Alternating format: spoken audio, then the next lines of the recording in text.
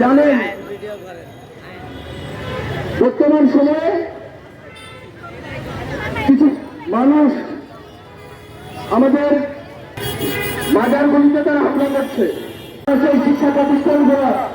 উত্থানের কথা বলছি। বর্তমান আজকে শিক্ষা সমাবেশ থেকে আমরা বলছি যে বন্যা ক্ষতিগ্রস্ত এলাকায় যে শিক্ষা প্রতিষ্ঠানগুলো যে অবকাঠামোগুলো ভেঙে গিয়েছে, যে শিক্ষার্থীরা এখনো শিক্ষা প্রতিষ্ঠানে ফিরতে পারছে না, সেই শিক্ষার্থীদের শিক্ষা প্রতিষ্ঠানে ফেরানোর কথা বলছি আমরা। বন্ধুগণ, আমাদেরকে মনে রাখতে হবে, আমরা যারা একটা সুন্দর